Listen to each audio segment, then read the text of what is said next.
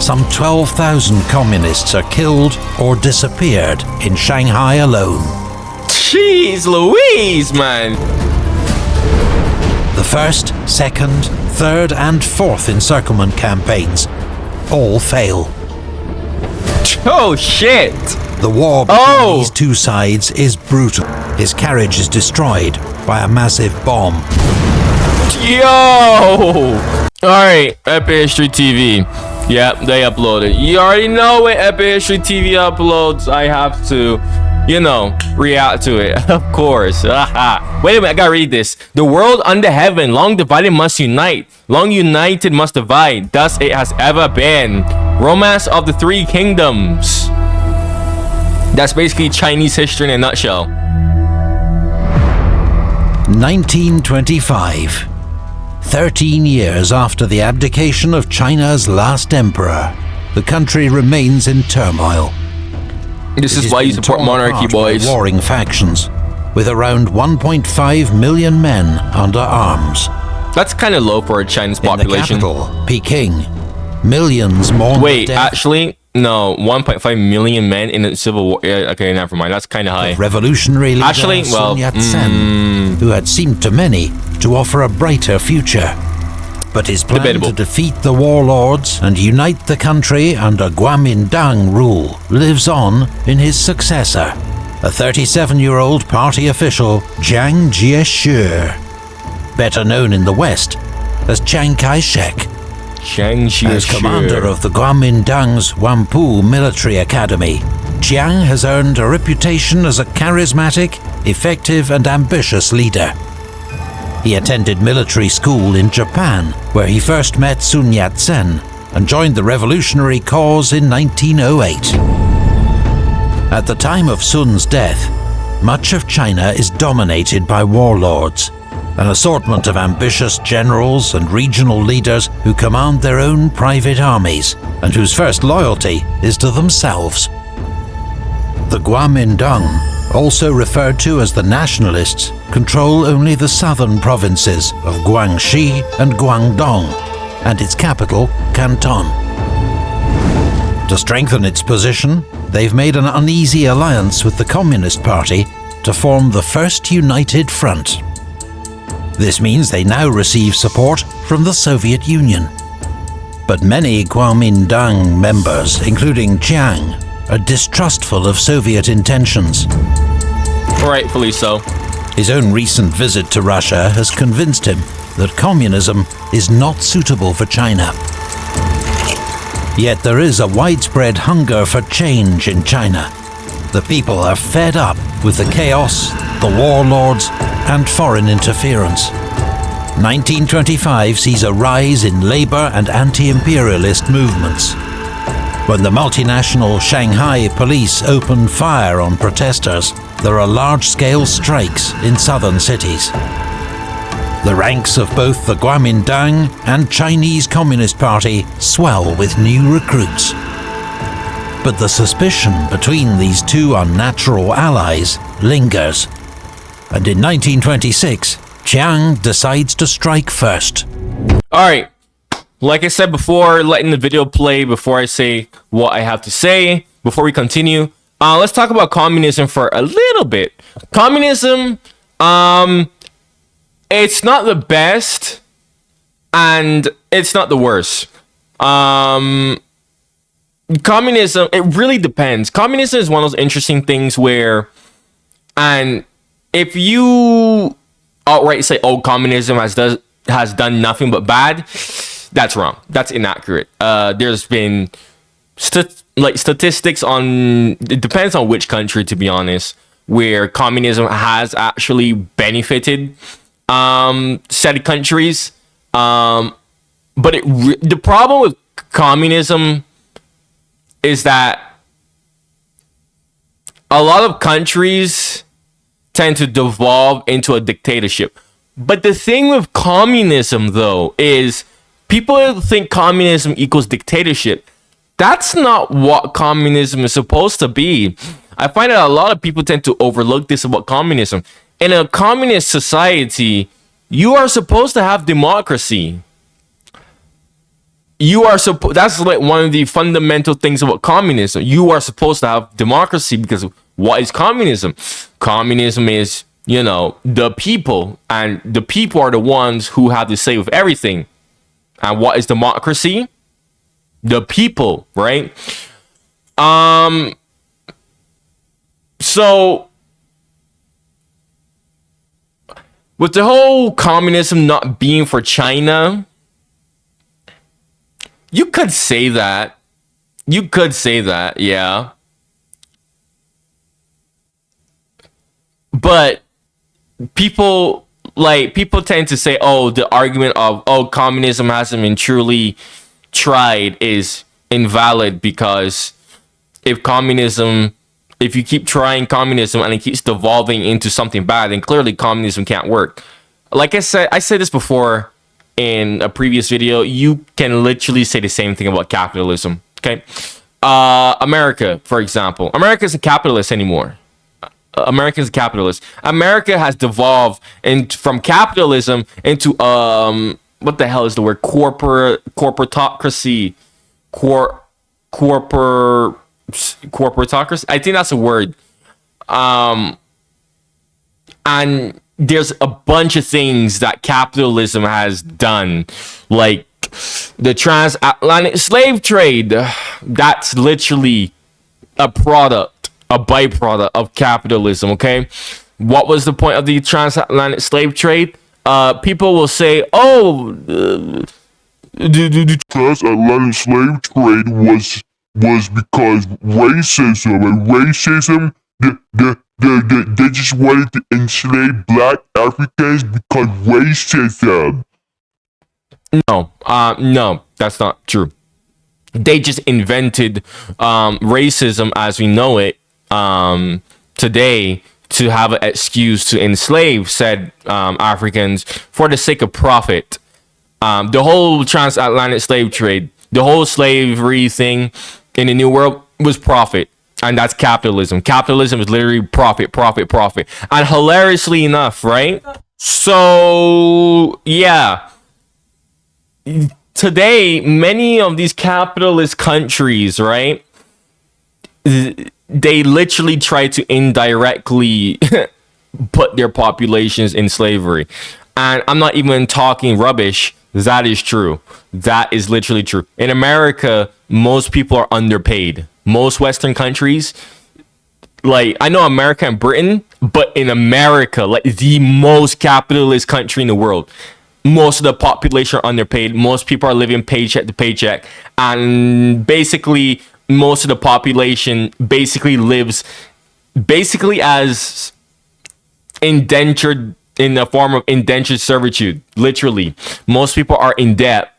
That's not really good, to be honest. And only 1% of the population in America owns vast majority of the wealth in the country.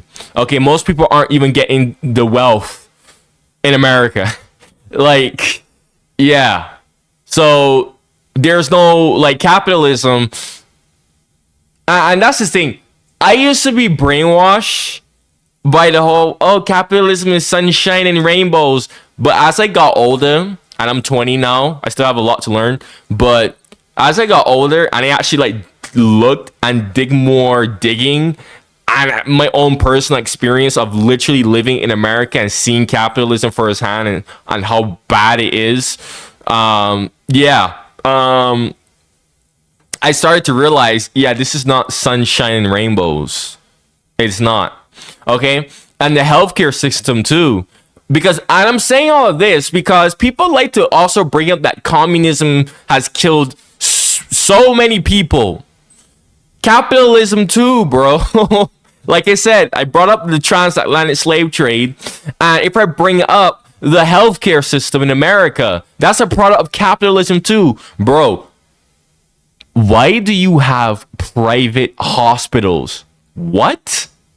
Private hospitals? America, most of the hospitals, most, if not all of the hospitals, privately owned. What? That is absurd. And it gets even more like messed up than that. Remember the CEO who got assassinated. Bruh, I'm not even gonna go into that, but I'm just saying, American health, the healthcare system in America, a byproduct of capitalism. And how many people have died because of that? Millions of people a year die because of that. So don't come in my comments typing like, oh, this guy is clearly has no idea what he's talking about. He's chatting a whole bunch of shite. Be objective and use your head. Alleging an imminent communist plot, he launches his own preemptive coup. He declares martial law in Canton and has political rivals and Soviet advisors arrested or expelled. He also academy, including a rising star of the party, 28-year-old political commissar Zhou Enlai. Chiang's decisive action strengthens his grip on both the Kuomintang military and nationalist party. What's more, the Soviets, desperate to maintain any kind of influence in China, agree to continue their military support. The first united front is just about intact. Chiang will now set out to fulfill Sun Yat-sen's dying aspiration, a northern expedition to defeat China's warlords and unite the country under Kuomintang rule. This fight is important not only because it will decide the fate of the warlords, but also whether the Chinese nation and race can restore their freedom and independence.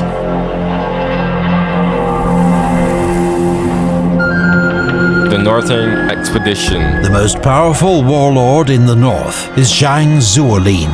He controls the Beiyang government in Peking, which remains the internationally recognized government of China. In central China, the dominant figure is Wu Peifu, the Jade Marshal.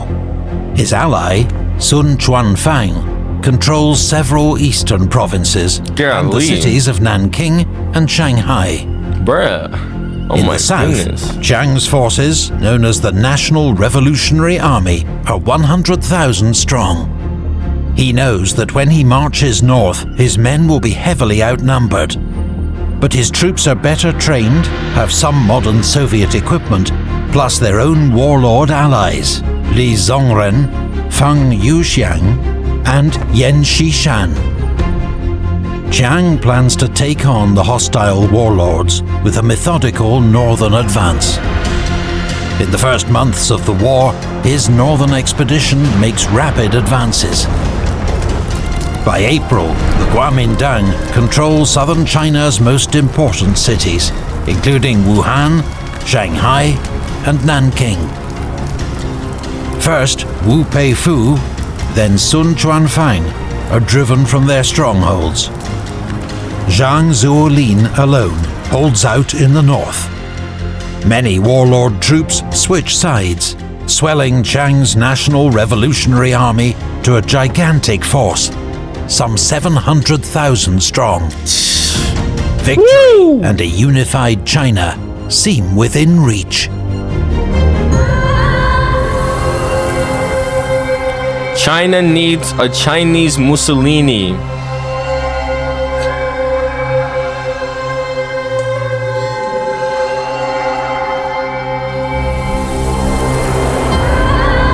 Shanghai Massacre, what is this? As National Revolutionary Army troops advance on Peking, tensions between its Kuomintang and communist factions resurface. Chiang Kai-shek is increasingly distrustful of his Soviet advisors and concerned at the communists' growing confidence. His suspicions appear to be confirmed as NRA troops approach Shanghai. A few days before their arrival, Zhou Enlai and other communists use a workers' uprising to seize control of the city. But Chiang has his own powerful connections in Shanghai. Du Yueshang, aka Big Ear Du, triad leader and Bro, this sounds like he sounded like he said big ear dude. Kingpin of the Shanghai underworld, and a personal ally of Chiang Kai-shek. In the early hours of the 12th of April 1927, Du orders his Green Gang to attack the communists and trade unionists who've taken over the city. Thousands of Shanghai workers take to the streets in protest. Chiang's Kuomintang troops open fire on them. Ay, ay, ay. Over the next days and weeks, some 12,000 communists are killed or disappeared in Shanghai alone. Jeez Louise, man. The first united front has ended in blood and betrayal. The Shanghai Massacre is just the first of many purges in which the Kuomintang hunts down communists in territory they control. Yo, the irony, bro, the irony. The communists aren't even doing the betraying. It's the freaking Kuomintang betraying first. But to be fair, though, they're doing it because they feel like the communists are gonna do it eventually, though. So the communists react by orchestrating uprisings across the country.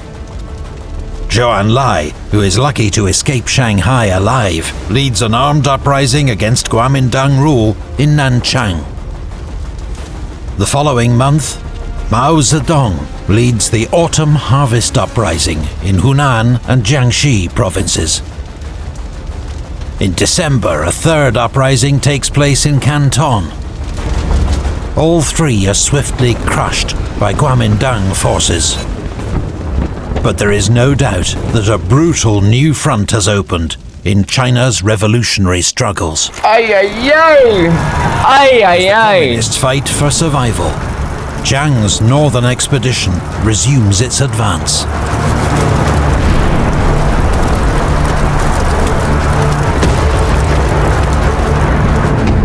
He now targets the last hostile warlord standing, Zhang Zuolin. On the 6th of June 1928, in a moment of great symbolism, Kuomintang troops enter Peking, the old imperial capital. Zhang retreats across the Great Wall into Manchuria, a region under heavy Japanese political and economic influence. There is also a large Japanese military presence here, the Guangdong Army. The Japanese have supported Zhang for several years, but now decide he has outlived his usefulness. As Zhang travels north by train, his carriage is destroyed by a massive bomb. Yo! It had been planted by a Japanese officer. Bruh, Japan! Yo, Japan! Military hope for better results from Zhang's 27-year-old son, Zhang Shuiliang. But the young marshal, as he becomes known, has his own ideas. What is he gonna cook? What is he gonna cook? Zhang Jr. opens negotiations with the Kuomintang. In return for pledging allegiance to Chiang, he will hold on to his father's old power base in northeast China. Finally, after a decade of internal struggle, China is unified, with a single flag, a single capital, and a single leader, Chiang Kai-shek. Well, half of China. It won't be long before he faces his first major revolt. What about the other half? In 1929, Chiang proposes a major reorganization of the National Revolutionary Army. He wants to halve its size from around 1.5 million men to 715,000 and split its troops into 65 divisions of 11,000 men.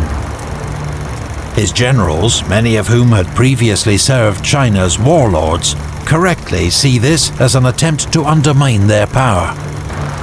A group of them form an anti-Chiang coalition and plunge China back into civil war.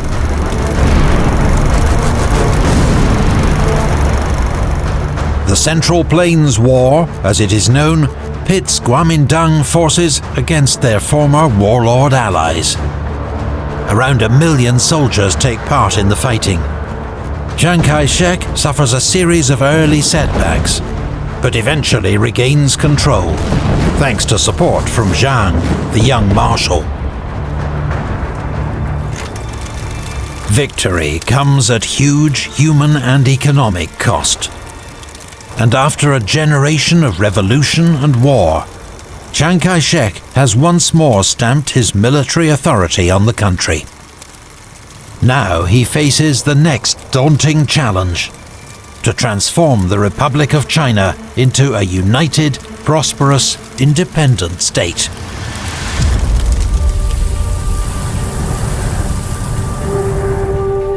If we do not weed the present body of corruption, bribery, idealness, and ignorance, the day will come soon when the revolution will be started against us.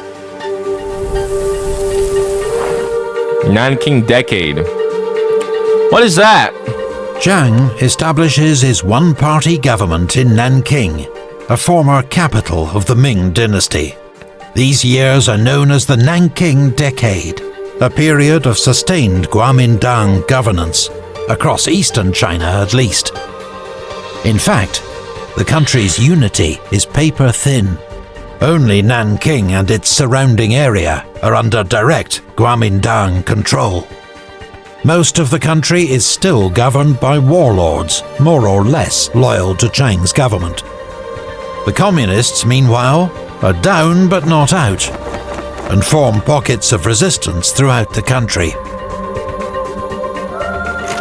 In power, Chiang Kai-shek is referred to as the Commander-in-Chief, or Generalissimo, and becomes increasingly authoritarian. To unite the country around a homegrown alternative to communism, he launches the New Life movement, reviving Confucian ideas to fit the times. Chiang's wife, Song Mei-ling, US-educated and from a prominent Chinese Christian family, plays a leading role. The impact of the New Life movement is limited, but by the early 30s, parts of China are rapidly modernizing. New laws promote gender equality and protect women's rights in marriage and property ownership. Education continues to spread. Newspapers, magazines, and journals proliferate. New cinemas and theaters open.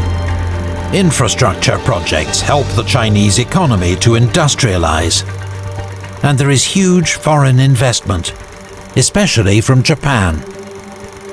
Though there are complaints of widespread corruption within Chiang's inner circle. And yet, 85% of China's population are peasants. Their lot has not improved since the time of the Qing. They remain desperately poor and benefit little from developments in cities like Nanking and Shanghai.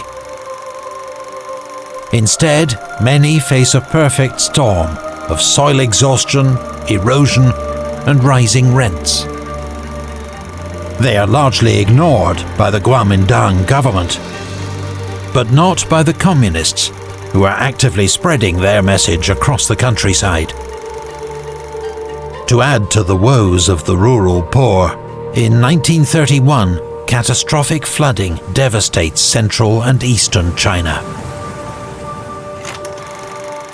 The scale of death and destruction is almost unimaginable.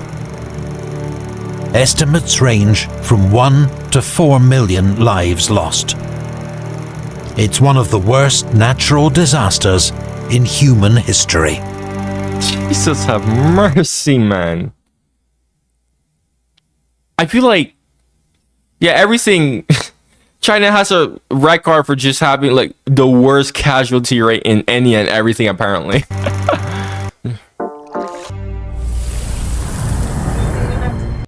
The Japanese are a disease of the skin. The communists are a disease of the heart.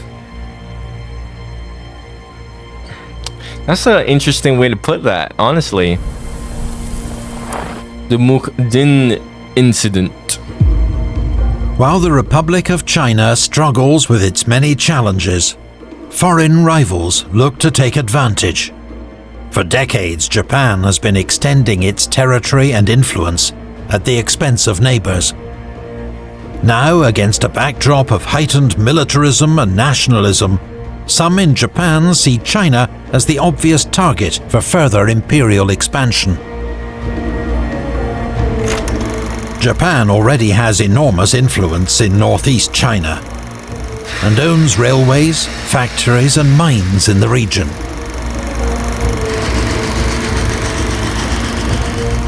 Now their sights are set on the conquest of all Manchuria, rich in resources that Japan lacks.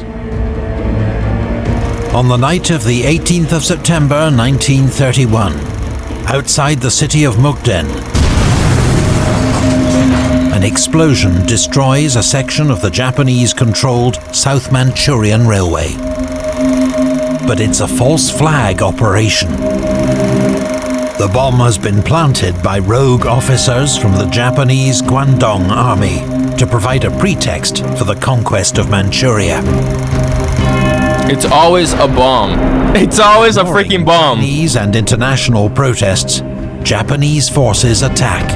Within 3 months, their troops control most of northeastern China, driving back local Chinese forces commanded by Zhang, the young marshal. All of China is outraged, but Chiang Kai-shek will not be lured into a general war with Japan. Internal pacification before external resistance, he insists. His strategy will be to trade space for time, and he orders Zhang to retreat. Japan creates its own puppet state in northeast China, named Manchukuo. On the throne, the Japanese place China's deposed Qing Emperor, Puyi, now 26 years old. Bro, that guy low-key looks like my oldest brother, bro. What the hell? He literally looks like my oldest brother. That's so freaky. So freaking freaky.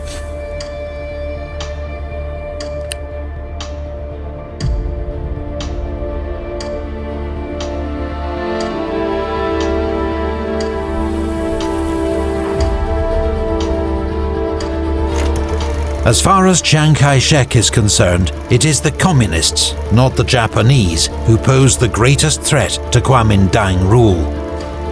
Just 10,000 Communist Party members escaped the purges of 1927. Now they have regrouped in the Chinese countryside.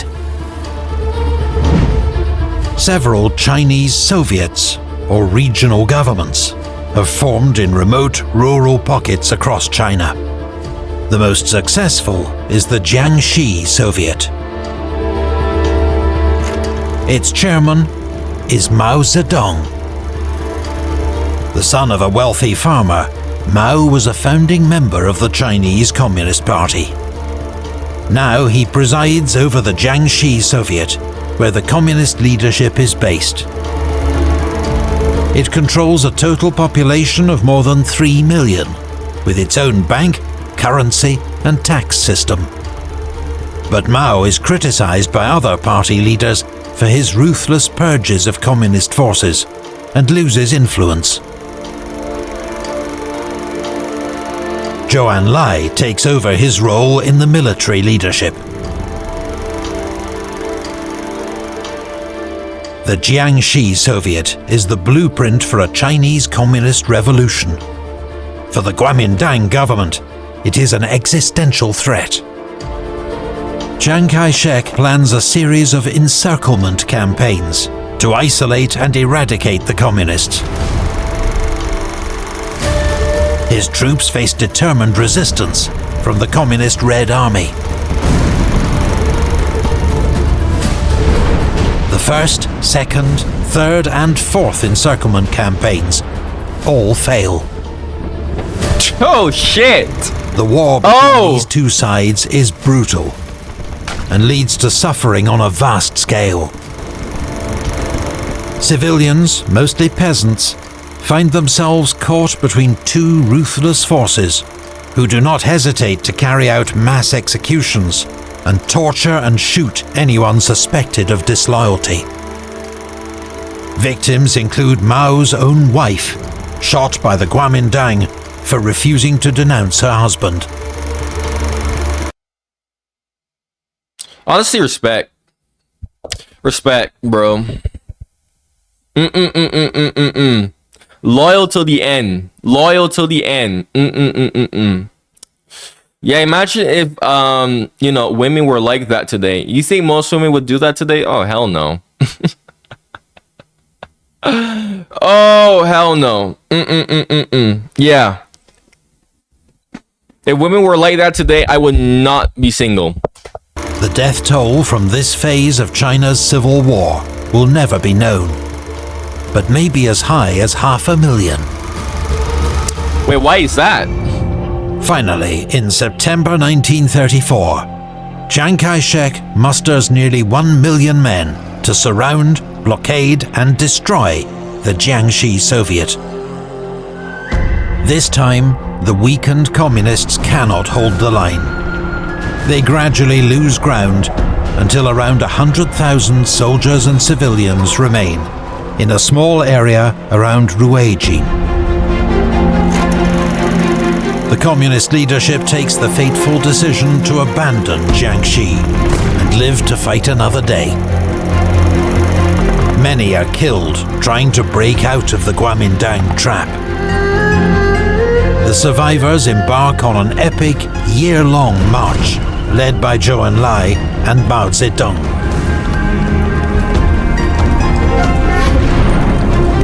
They cross some of China's most forbidding terrain, battling enemy forces, hunger and exhaustion along the way. Ay, ay, ay, man! Fewer than 1 in 10 of the Jiangxi communists complete the 6,000-mile march to Yan'an. 1 in 10? 1 in... Yo! Where they meet up with communist comrades from around the country. 1 in... So 90% died? What the hell? This astonishing feat becomes a founding legend of the Chinese Communist Party. Honestly, the Kuomintang, how the hell do you allow this? How do you allow this Kuomintang? Oh my gosh. Long march. Mao's leadership secures his place at the top of the party, at the expense of his Soviet-backed rivals. From now on, the party will follow Mao's vision, not Moscow's. For the moment, communist prospects look bleak. They have been decimated and are on the run. But their Oh, I forgot to say, that's another thing too, actually, is a lot of people also forget that during the whole period when communism was widespread, yeah, a lot of communist country didn't really see eye to eye. Now, if you really know your history, you know that. But most people actually don't know that. And when you really look into it, and you see how a lot of these communist countries really hated each other, it's kind of eye-opening. Fortunes are about to take a dramatic turn.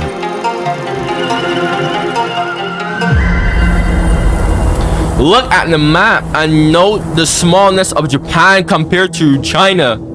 Can anyone doubt that we will triumph? That is true. That is true. What? How do you pronounce December that? 1936. Chiang travels to Xi'an in northern China to visit Jiang, the young marshal. His troops are leading the fight against the communists in their new northern base. It's 8 years since Jiang's father had been assassinated by the Japanese. 3 years later, they'd driven his army out of Manchuria. He is infuriated by Chiang's refusal to challenge the Japanese, and he's come up with a bold plan. Jiang kidnaps Chiang Kai-shek and forces him to negotiate face-to-face with the communists, represented by Zhou Enlai. After 2 weeks of talks, Chiang Kai-shek gives in. Having promised to end the internal fighting and confront the Japanese, he is released. As soon as Chiang's safely back in Nanking, he has Jiang placed under house arrest. What the heck? What was this nigga saying? What the? No.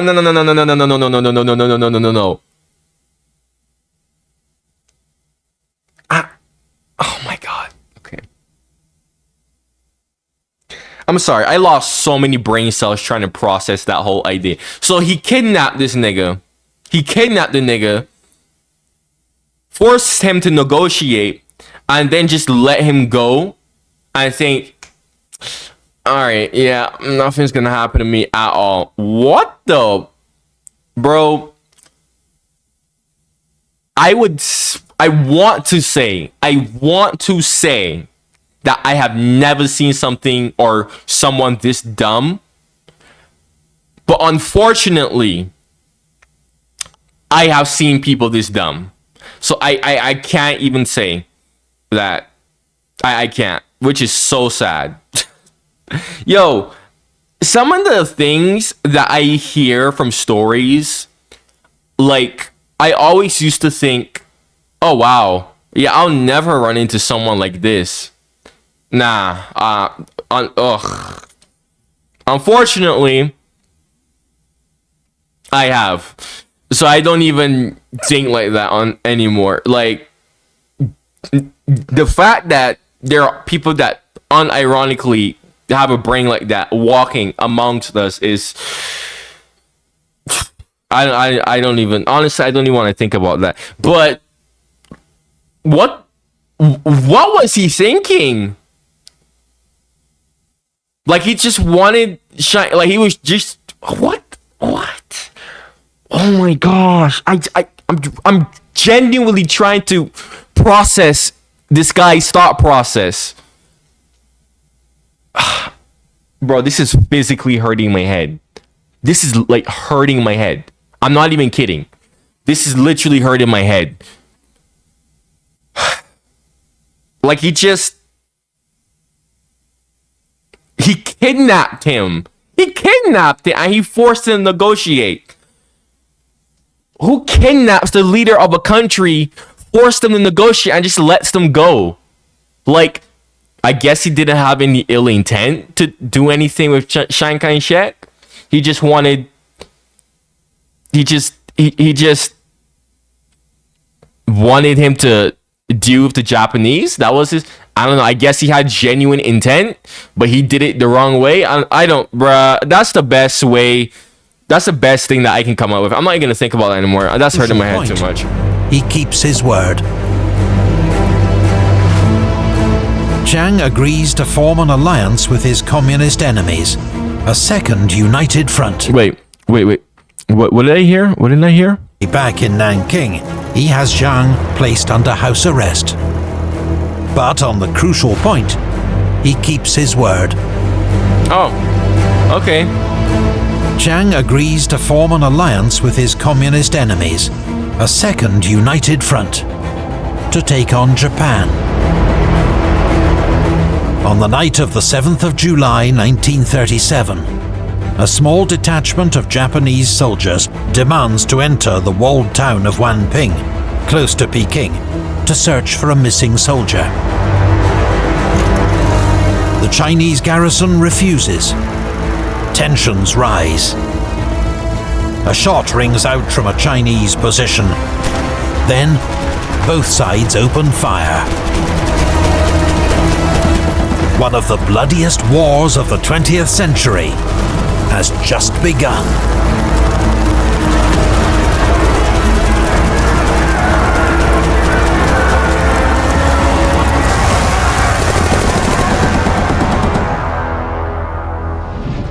Do you want to watch unreleased new epic history? Wait, that's the end?